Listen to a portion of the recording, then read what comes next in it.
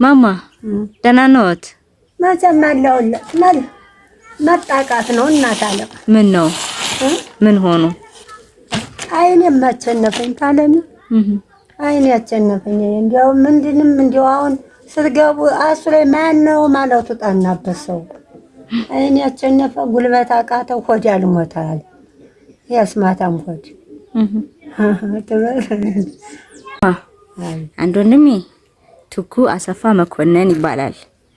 እናቴ ይመርቁኝ፣ ጸሎት ያደርጉልኝ። እናቴ ይመርቁኝ።